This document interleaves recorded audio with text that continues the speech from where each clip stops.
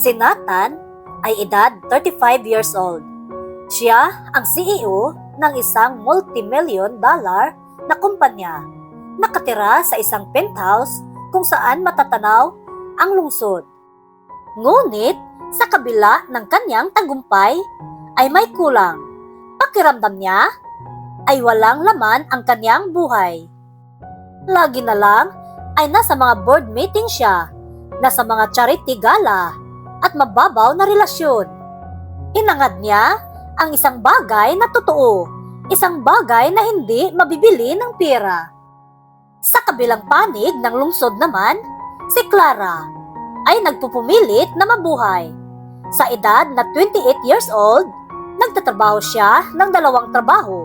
Isa bilang isang barista sa isang maliit na cafe at ang isa bilang isang freelance graphic designer.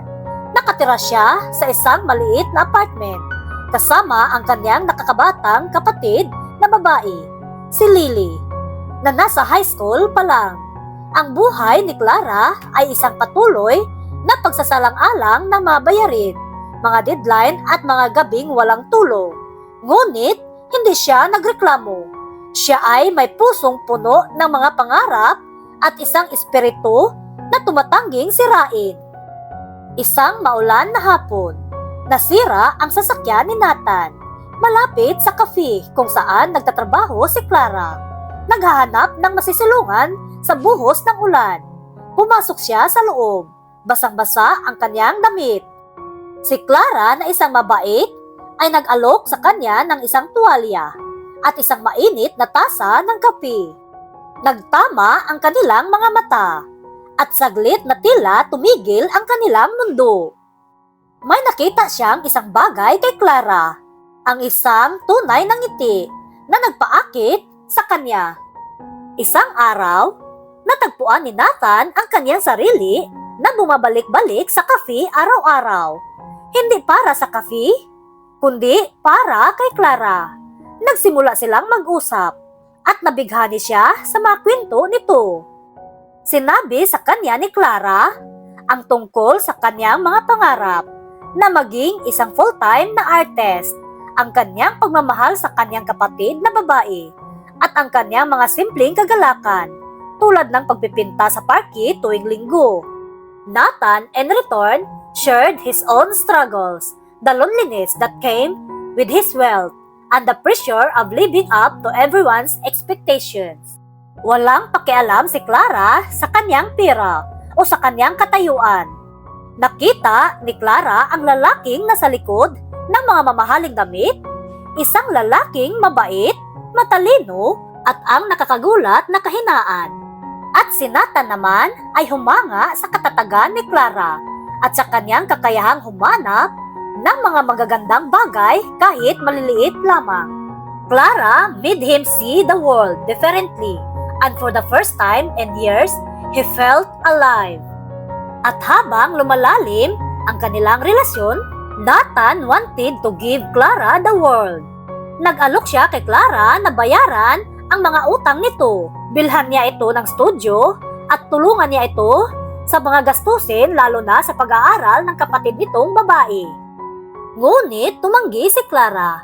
Hindi niya gustong magkaroon ng utang na loob kay Nathan at determinado siyang makamit ang kanyang mga pangarap sa kanyang sarili.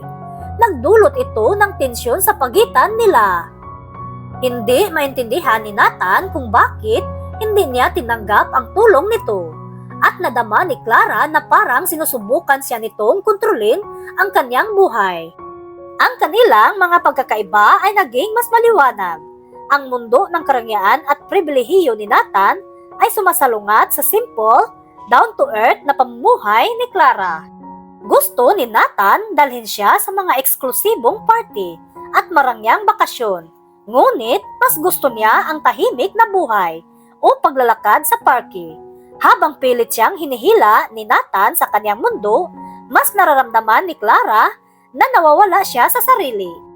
Isang gabi, pagkatapos ng mainitang pagtatalo nilang dalawa, sinabi ni Clara kay Nathan na kailangan niya ng space. She loved him, but she could not be with someone who did not understand her need for independence.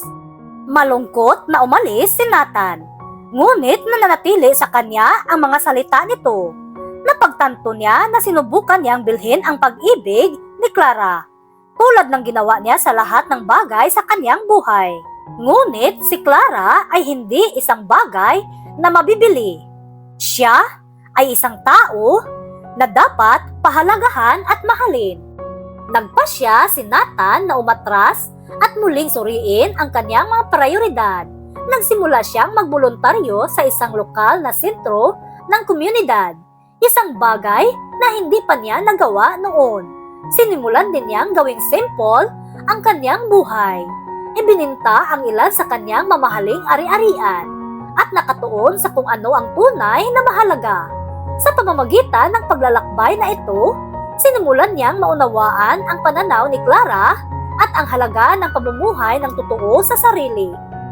Makalipas ang ilang buwan, Nathan showed up in Clara's door, not with a gift or grand gestures, but with a simple request to take her on a date. He had planned a picnic in the park, complete with homemade sandwich and a blanket to sit down. Clara was surprised but touched by his effort. Habang nakaupo sila sa ilalim ng mga bituin, humingi ng tawad si Nathan sa mga pagkakamali niya noon at nangakong susuportahan ang kanyang mga pangarap nang hindi sinusubukang kontrolin ang mga ito. Nakita ni Clara ang pagbabago ni Nathan. Hindi na siya ang milyonaryo na nagsisikap na pahangain siya sa kanyang kayamanan, kundi isang lalaking natutunan ang tunay na kahulugan ng pagmamahal at pagpapakumbaba. And she realized that she loved him not despite his wealth, but because of the person he had become. Ang kwento ng pag-iibigan ni Nathan at Clara ay naging isang patunay sa ideya na ang tunay na pag-ibig ay higit sa material na kayamanan. Bumuo sila ng isang buhay na magkasama, buhay na pinaghalo ng kanilang dalawang mundo. Si Nathan ay nagpatuloy sa pagpapatakbo ng kanyang kumpanya, ngunit sa isang bagong tuklas na kahulugan ng layunin, gamit ang kanyang kayamanan upang makatulong sa iba. Ipinagpatuloy ni Clara ang kanyang pagkahilig sa sining. Sa kalaunan ay binuksan ang kanyang sariling studio sa suporta ni Nathan, ngunit sa kanyang sariling kagustuhan. Ang kanilang pag-ibig ay hindi perpekto, ngunit ito ay totoo. Ito ay isang pag-ibig na nasubok at lumakas. Isang pag-ibig na nagpatunay na ang pinakamayamang relasyon ay itinayo sa paggalang sa isa't isa, pag-unawa at kahandaang lumago ng sama-sama. Hanggang dito na lang ang kwentong ito. Hanggang sa muli, maraming salamat po sa pakikinig.